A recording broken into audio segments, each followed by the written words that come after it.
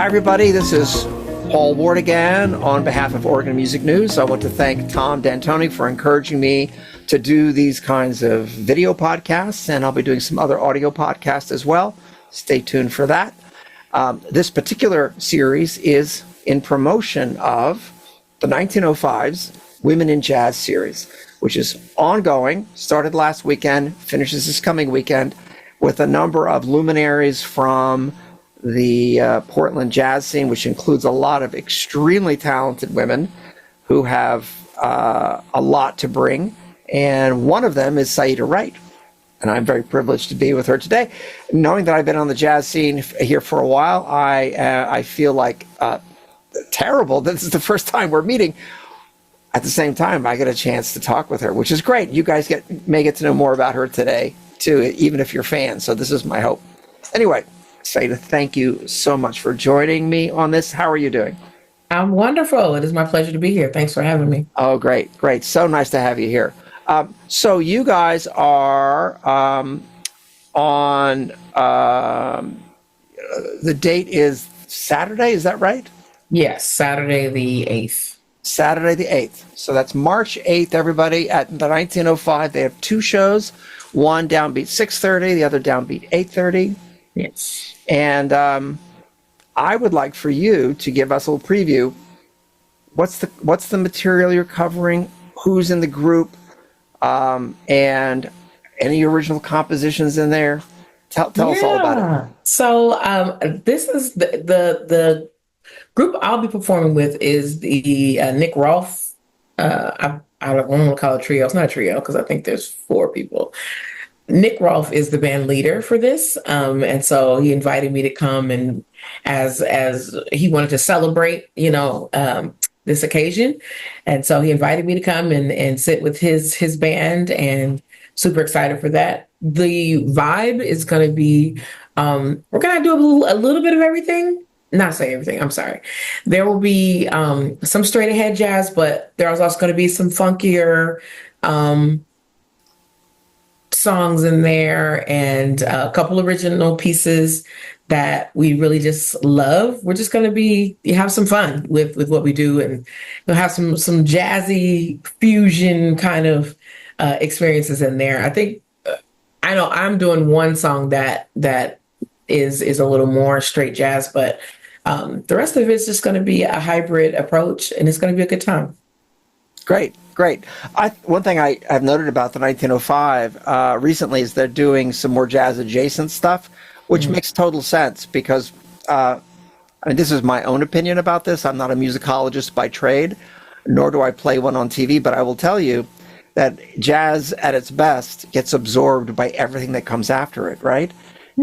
You can't be doing Earth, Wind, and Fire without doing, F major 7 or F major 9 chords, and, you can't be Steely Dan without a sharp 9 chord. All these kinds of influences are throughout. And so jazz and jazz adjacent really means just like, the sound of our culture getting mashed around and making us happy when we hear it. So I love all that. I love all of that. Well, that's great. That sounds wonderful. What's the instrumentation? There's keys, bass, drums, and guitar. There you go. That's fantastic. Yeah. Now you have I know you're not going to shamelessly promote yourself. I will shamelessly promote you. So you have a single that you released right before the end of last year called Pressing On. Yes. Which I sort of think of as a pun about pressing an album, but who has even heard of albums anymore? I don't know. Listen, I love a good vinyl. Like I have come to appreciate the vinyl, whether I play it or not. I don't even have a record player, but I collect vinyl, which is so funny. Because I think we should. Why not? Yeah, absolutely. But tell me about the song. Tell me about the song. Yeah, the song "Pressing On" is really, I like to call it my gift. It's a gift. It was a gift. It was a gift to me, and it's a gift to whomever else can hear it. My biggest wish for Pressing On is that it finds who it's supposed to find when they need it the most. This song appeared to me. I heard this song as a Interesting. download in my spirit when I was in a very, very low place in my life. And I always tell people that I did not write this song. I just wrote what I heard. I guess is what I'm trying to explain. Like I didn't create this song. I Right. just wrote down exactly how it came to me. And I literally still have the notebook where those lyrics were penned and there's no scratches, no line throughs. Like this song, exactly how it was given is how I give it. And so it was befitting that it's technically the first single off of the project that is coming. Um, it is my second single released, but literally my very first single that I've independently released by myself. My first single ever was on a compilation project with the Be Speak Love project. So this is the first time that I'm just releasing something under Saeeda Wright, and it's taken a long time. It's been a long time coming for this project, but I am so proud of this music, and I just really hope that it blesses. Oh, sorry. Fun times at the office. Um, I just hope that it blesses people, and that it's encouraging, that people Good. really take it for what it is. It's just a song of encouragement. And you can get that at saidawright.com, right? Yeah, you can also it's available really on any digital outlet. Okay. Just stream it from wherever you find it. Find me, find it there, stream it. Good. If you go to the website, you'll be able to click and it'll send you to streaming sites. So Well, as soon as people get through with this interview, I hope that they go on and try to find that song. It'll give them a little taste of one more what thing. Yeah, please. They can actually find it also on YouTube because I submitted it for NPR's Tiny Desk contest. So if you want to hear us do it live, you're welcome to go and check that out on my YouTube channel. That is fantastic. That is fantastic. Speaking of people who were influenced by jazz, Stevie Wonder. And I heard a rumor that you worked with him. Is that right? I did get a chance to back up Stevie Wonder. Yeah, so I was on tour with Prince at the time, and Okay, all right, throw that one away.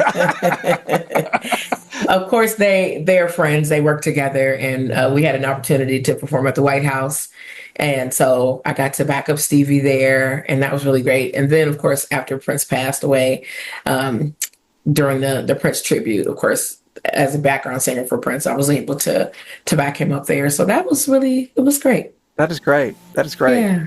I was too chicken to talk to him though, which was funny. We ended up going to dinner and I sat across from Stevie and I just was too scared to say hi.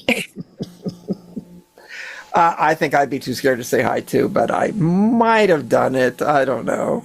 I don't know. I was a chicken. Well, one of the things that you're not alone in this, but you're definitely known for this, is that you do both jazz and R&B soul. And I suppose, for me to even lump together R&B and soul is probably what a jazz player would do, right? But the genres are different in part, I think, because in the old days, record labels said, well, the audience for soul is this, and the audience for R&B is this, and the audience for jazz is this. So we'll use those labels and we'll market them separately. But I just don't buy it. Every musician I know, when you ask them what they're listening to, they're not listening to one type of music, right? And they bring it all in. So, well, and I think as an artist, you tend to mesh together whatever your influences are, right? Some people call me a gospel singer. I'm not, but I can sing gospel, right? And so I welcome it all. It's like they're all influences and pieces of my history and things that I have studied and have been steeped in. So however it shows up in the music, I just let the music be. Yeah. I think it's the way to do it. When I teach, and when I teach my young students jazz, I tell them the way to think about it is don't learn this scale as a scale. Don't learn this chord as a chord. What you're trying to do is communicate through a language. So find those little bits of words and phrases and intentions that allow you to communicate with the right elements, and strive for that. And so someone like you who goes through life and has experience in all these different things, you internalize that. Am I guessing? you internalize that as part of your own vocabulary, your accents and your whatever those metaphors it might be, and they just come out because they're being asked of you in the moment, right? Absolutely. Well, that is great. Well said. All right, so who are some of the female artists who have influenced you? I'm going to keep on the women in jazz theme, but we can do women in other genres too. First one I always say is Ella Fitzgerald. She is my ultimate favorite storyteller. To me, she's a grand storyteller. I love Sarah Vaughan. She's amazing. I can listen to Nancy Wilson every day just because she's so smooth and sultry. And it's always funny how she pronounces words sometimes. So I get a kick out of sometimes her enunciation. But yeah, my ultimate like go-to is Ella. I just adore her. Some other artists that I love, I always say my first vocal coach was Whitney Houston. As a young girl, that's who I wanted to be growing up, and that's who I emulated. I tried to mimic her sound as much as possible as a child. And so a lot of my preliminary styling came from Whitney Houston. But in the house, there was always, Patti LaBelle. My mother loves Patti LaBelle. So I remember hearing her. I, of course, am a neo soul era type girl. So I grew up with Jill Scott, love Jill Scott, love Sade. These are even now artists that I still listen to when I need to throw something on. That's what I'm typically listening to on my playlist. Yeah. Who else is there? Yeah, I mean, those are the main ones. Those are the big hits. The big hits. Yeah. I love all those performers too. Do you teach? I do. Yeah, and I'm guessing singers, and so the students, how do they break down in terms of men and women, or is it primarily women, or is it all over the map? It's all over the map. I've watched my most consistent students have been guys actually, but maybe I would say I guess it's more women than it is young men, but my most consistent students have been men, and because I don't consider myself a voice teacher, as I don't necessarily give the technical terms for a lot of techniques. And, I'm probably not the person to go to if you really want to know how to manipulate your soft palate, right? I'll send you to a real voice teacher for that. I consider myself more of a vocal coach. I focus more on performance. Yeah. I do have some technique that I offer, and scales and stretching range and things of that nature. And I'm also big on vocal health, but I recognize that there's a limitation in my vocal education, so that I don't step on the actual teacher's toes. But I know a whole lot about getting on that stage and commanding a stage and going in and out of genre. That's really kind of where I focus, or where I find a lot of my students are come to me. They're not necessarily looking for technique. They're looking for how to expand into a genre that's not what they were trained in. So that's been interesting is to be called on, for someone who's classically trained to want to know how to create sounds that would be heard in a jazz space, or heard in an R&B song or gospel, to strengthen our gospel chops. I'm finding I'm getting a lot of folks that are coming to me for that. So that's fascinating. One of the things that has been said, and I didn't say this, but I think it's true, is that for a lot of people who don't know much about jazz, sometimes they'll even have an opinion despite them not knowing much about jazz, or about whether or not they like it. But when people do like it at the beginning, before they're educated about it, what they're responding to, people say, these are jazz educators, is the texture. And I think probably to some extent the vocabulary, but the texture. So you just walk into a club for the first time and you're hearing piano, bass, drums, and tenor saxophone player, and it's a ballad. Anybody can recognize that in 2 seconds as jazz because of the texture of it, and the way it might make you feel. And Right. I think for a lot of music in general, people are going just on how it makes you feel. But I think one of the great things about jazz is that you can start there. I mean, you can go as deep as you want to go, as deep as you want to go, because it starts with texture. It is embedded in texture, but it's also embedded in physicality of being a rhythmic person, and the innovation that comes out of making up notes that aren't written down, right? And I can see where this would be hugely appealing to people who aren't jazz musicians to solve that problem. How can I create with my instrument those textures and those innovations that give energy to it? And so, to be able to bring in a classical singer like you're doing and give them a set of tools where they can come up with, in a reasonably integrated way, that a new kind of sound from them must be really exciting for them. It is. You can see what I think is the most fascinating is when someone doesn't think that they can make particular sounds and trying to shake, not even, I won't say shake them out of, but unlearn what sometimes is learned in the spaces, right? Because when someone tells you this is the way to sing, this is the proper way to do a thing, it boxes you into the ability to play and to create unusual sounds with your instrument. I love it's to me, it's likened into a guitar player who is playing percussion on their acoustic guitar. That's cool. That's not the intended purpose of this instrument. But I love that when you hit pop, you hit it a certain way, it resonates the same like a drum does.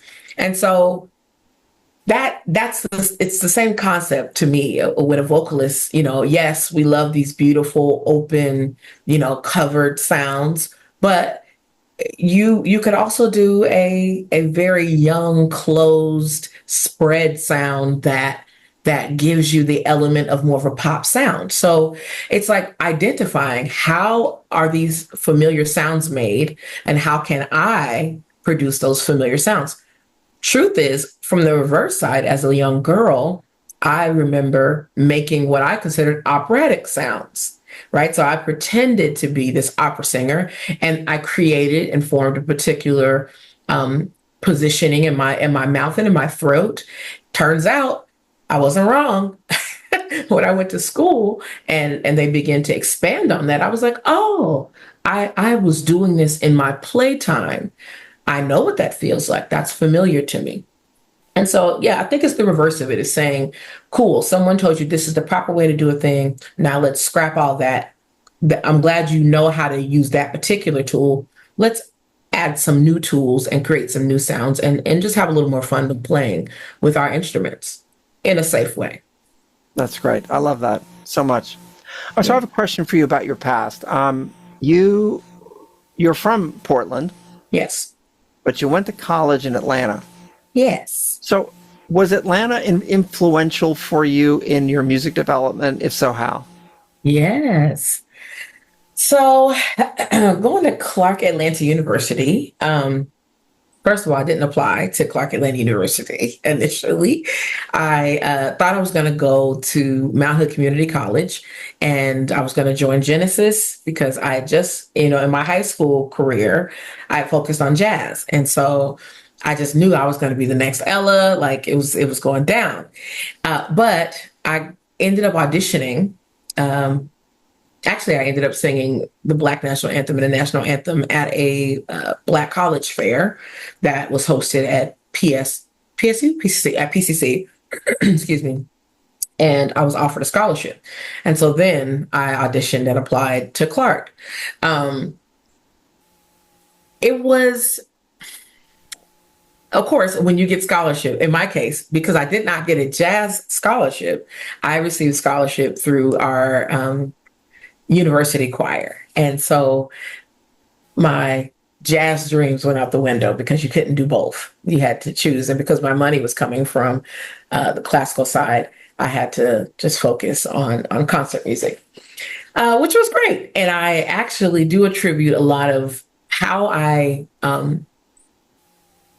choose the sounds that I choose, how I color, how I paint with sound, is attributed to that season. I had a wonderful instructor, Glenn E. Halsey, who he's rest in peace. He's passed away now, but he was very, very instrumental in teaching us how to use our instruments to create colors and texture. And so that was the first time that I guess, was really introduced to this, or there was language put to what I loved. What I had observed, even with like Ella, is how she would tell a story with her voice, and how, depending on the word she said, she would make a different choice. And that, yeah, learning about choices when it comes to your presentation was so massive. And also more control. In that season, I stretched my range. I thought I sang a lot of alto and tenor when I was in high school. Discovered that I was first soprano, and so I was able to stretch my range while I was there. And I learned about vocal technique. I learned about soft palate and all that fun stuff. All the different. It was just so, I don't know. It just opened my world up when it came to music. Great opportunities. Carnegie Hall, got to sing there. Oh, no We did a lot way. of traveling. Yeah, it was, yeah. Sang with Denise Graves on a project she did. So it opened my world up. It was wonderful. That's great. Did you get on the town much to check out the music scene there? There's a strong rap and R&B scene there in Not Atlanta. at all. Yeah. Not at all. Strange enough, though, there were quite a few students that were in the choir who were actually going to school, who were very immersed in the music scene. But I was a scholarship kid. If I wasn't in the practice room, Yeah, I hear you. I hear you. then Yeah. I was singing at the choir, and that's all I had time for. So Stay focused, lady. yeah, yeah. Well, good. So, all right. So let's wind this up. I want especially to wind this up with me hearing from you your feelings about why it's so important for women in jazz to be recognized. What is it about women in jazz that you think is important for us to note and honor and to take into our hearts? Well, I'm on a big campaign right now. First of all, my first big banner is singers are musicians. That's the first one, because I've noticed that we're often not spoken to, dealt with, or regarded as musicians because we are vocalists. And that I would like to change the perception. That's the first thing. Second thing, women, we bear so much. And I really believe we have so many stories to tell. There's so much locked in us. And I fear that we don't get enough opportunity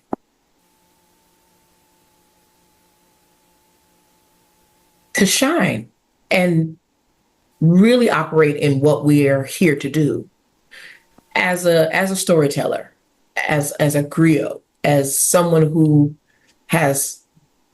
bears the weight oftentimes of family, friends, society.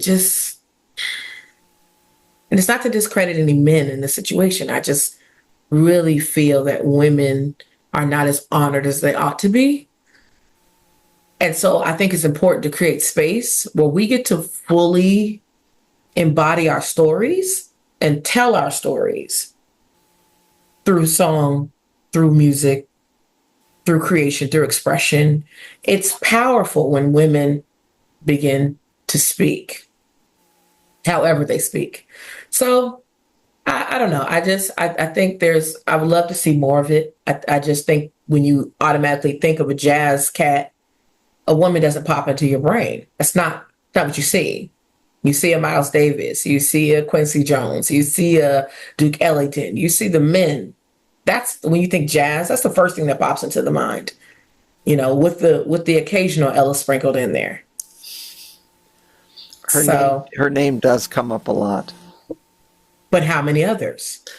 Well, we could go on and on. I think offline with beverages near us, we should exchange our discoveries about the amazing women jazz musicians, including singers who are musicians, right? Whom we've come across. I'd love to get that list from you, and I got some that I can share with you. But let's keep this about Saeeda right now. Yeah, I just love it. It's kind. I'm not thought of as a jazz singer, and I those who know me or who have encountered this piece of me, they're shocked because that's not where people see me mainly, but it is a part of me, and so I'm always excited to get to share that part of me because it's just like, I don't know, putting on that pair of skates that you haven't put on in a long time, and you just go, Yeah. It's a different vibe and it's a different feel, and I love it. I really do love it, and I'm not, I don't claim to be the best at anything, right? But I love to try. I love like you said, the experimentation in it. I love the improvisation of it all. Just, yeah, being in the moment. Like, you have to really be in the moment with jazz, I feel. Totally. So, yeah, I love that. That's how it gets us out of our stress. So if you want to be enjoying some explosive, exciting music and have your stress taken care of, March 8th is the day to do that at the 1905, the night to do that. As the sun is lasting a little bit longer in the sky, you'll probably get a little bit of sun at the 6:30 show, but it'll be that sort of jazzy darkness by the 8:30 show. So get your tickets. We didn't even talk about Blackbird, and I want to hear more about Prince next time. So we'll figure all this stuff out later on. In the meantime, I want to thank you, Saeeda Wright, for giving us some time to talk about women in jazz and your background and all the things that make up a good musician. And it's wonderful. I really appreciate it. Hope we can have some more time together in the future. Yeah, absolutely. Thank you so much for having me. Well, good. And that's Nick Rolfe's the band leader, but Saeeda Wright is, I'm telling you right now, she's the one you want to go see and sit near. So go get your tickets and find something near where she's going to be standing on the stage. Thank you, everybody. Thank you, Saeeda. It's wonderful to finally meet you. And I'll try to get this through Tom D'Antoni's editorial review as soon as possible. Probably get it up tomorrow. Okay. So that we can get the good word out. Awesome. Okay. Thank you. All right. Thank you, Saeeda. Have a good one. You too. Bye-bye. And we're out. That's good. Thank you. My pleasure. Good conversation. Great. It was good. Thank you so much. I got excited, so I talked too much, but that's all right. No, it's all good. I love a good conversation. Yeah, me too. Well, I'm going to see if I can get a little nap in before I have to go off to see Sherry Alves, who's working tonight. And I have one more interview I got to do after that. I'm actually doing it in my studio here. I have a studio that has a green screen set up and lighting and all that kind of stuff, so we can do super fancy videos as well as Zoom calls. Awesome. Yeah. Perfect. Well, thank you. I saw Sherry at PSU, which I just met her when I was rehearsing with Nick. So, yeah, she told me. That's great. No, you should meet her, and you guys are totally on the same jag when it comes to convincing people that singers are musicians. It's a big deal for her. That thing that's a big deal for you too. So yeah, see, yeah. I need to talk to her some more. Woo. Anyway, I had rehearsal with a great singer today, Brigida Teuscher. I don't know if you've heard her yet, but she's awesome. She's in town, and she with some other singers I work with. They come in prepared. They know the keys, they know their intros, they know their endings, they know the feels, they can tell you what chord changes are wrong in the chart, and I mean, I'm just saying. I had to do the same classes as all the instrumentalists. I had to go through the same theory. Yeah. Like when you go to school, it doesn't matter whether you're singing or not. That sight singing, ear training, piano class, I have to do it all. Yep. So give me my flowers, man. You know. You're getting flowers from me, lady. You certainly are. All right. So thank you so much. I'm going to get this processed here and see if I can get it off to Tom tonight before I go to bed. All right. Have a great one. All right. Thank you. Talk to you soon. All right. Bye.